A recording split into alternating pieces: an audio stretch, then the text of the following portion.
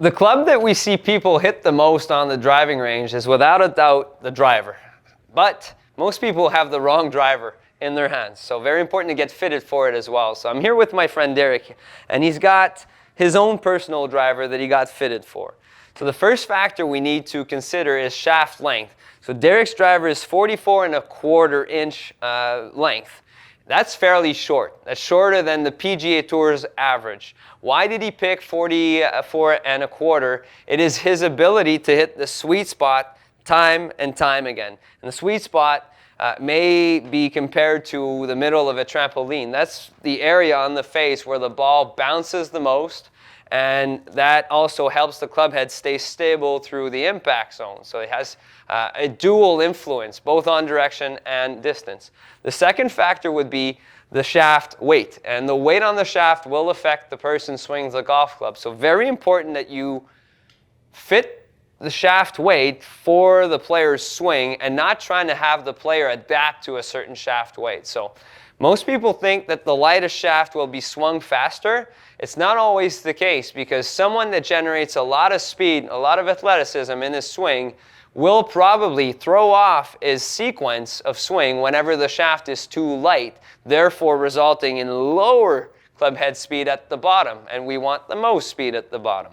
So very important you get assessed for shaft weight as well. So once you dialed in the length and the weight, now it's time to focus on the club head.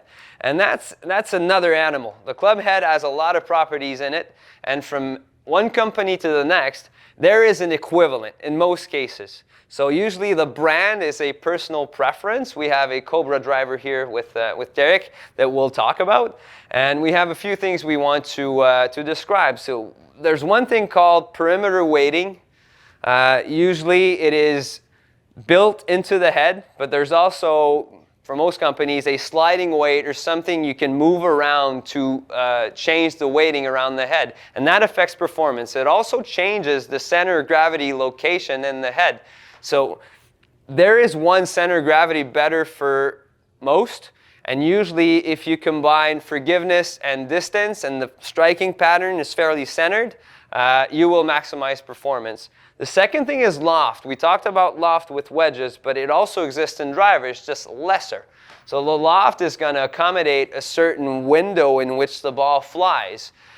So once you dialed in the length, the weight of shaft, and the head model, it is a war of numbers. And the launch monitors, the devices we use, generate numbers.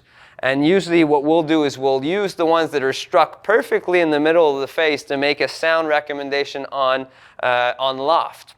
The last thing about the driver is the tweakings that are possible on the head. So usually you can change loft by changing the shaft and its orientation with the head.